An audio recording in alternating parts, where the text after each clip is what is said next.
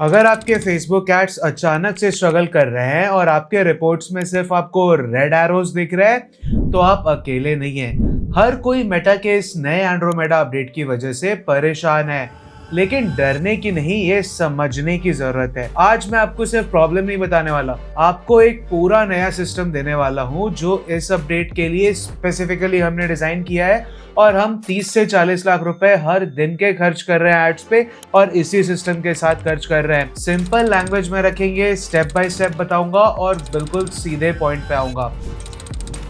तो सबसे पहले क्लियर करते हैं, एंड्रोमेडा पिछले 5 से 7 साल का मेटा का सबसे बड़ा अपडेट है। एड्स कैसे डिलीवर होते हैं, क्रिएटिव्स कैसे सिलेक्ट होता है, ऑडियंस मैचिंग कैसे होती है, सब कुछ बदल दिया गया है। लेकिन सुनिए, ये कोई अचानक होने वाली चीज नहीं है। ऑफिशियल डेट दिसंबर 2024 ही थी, लेकिन इसकी सॉफ्ट लॉन्च कई महीने पहले शुरू हो चुका था। उसके आपके अकाउंट में एडवांटेज प्लस कैंपेन्स चालू थे। आप एंड्रोमेडा पहले ही यूज कर रहे थे, बस आपको पता नहीं था कि आप यूज कर रहे हैं। अब सबको फोर्स कर दिया गया है कि यही आपको करना पड़ेगा, और इसीलिए अब सबकी रिटर्न ऑन एड स्पेंड्स कम होते जा रही है।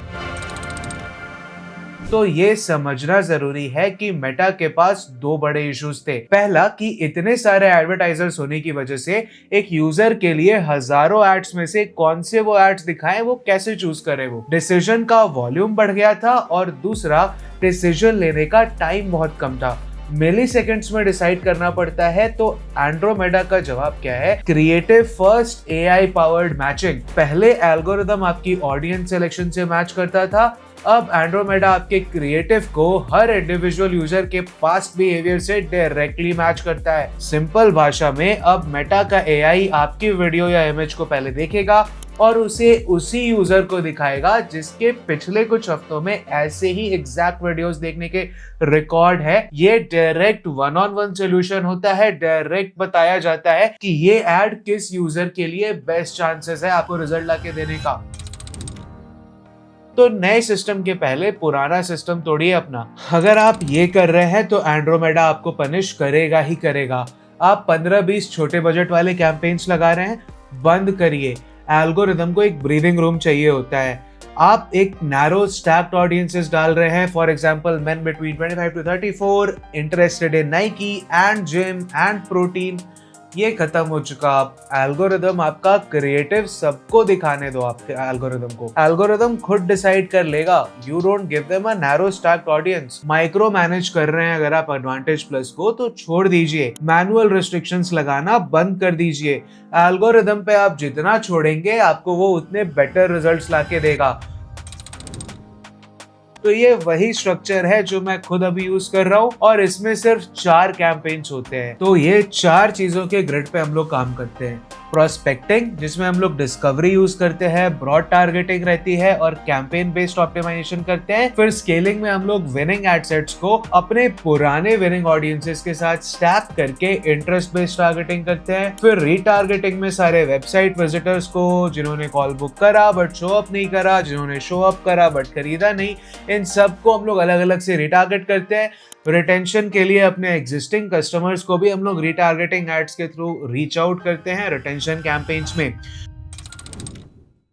आज हम फोकस करेंगे प्रोस्पेक्टिंग कैंपेन्स में, क्योंकि यही एंड्रोमेडा का असली मैजिक है। तो यहाँ एक रूल आता है, एक कैंपेन रखो, मल्टीपल नहीं। कैंपेन बेस्ड ऑप्टिमाइजेशन यूज करो, ब्रॉड ऑडियंसेस यूज करो, कंट्री, एज, जेंडर, बस सिर्फ यही 3 डालो। इसके अलावा कुछ और मत डालो, कोई इंटरेस्ट मत डालो, कुछ स्टैकिंग मत करो, किसी चीज की अब जरूरत नहीं है। और यूज करो ब्रॉड क्रिएटिव पैक्स। तो ये पैक क्या होते हैं? सिंपल, आज अगर आपके पास 4-5 नए क्रिएटिव्स हैं तो उनको एक एड सेट में डालो और उसको नाम दो पैक जुलाई 10। 3 दिन बाद नए क्रिएटिव्स बनाओगे, शायद एक और नया एड सेट बनाओ, और इस तरह एल्गोरिदम को आप वेराइटीज देते रहो, और ये वेराइटी हर क्रिएटिव को सही यूजर से मैच करने में एल्गोरिदम की हेल्प करेगा।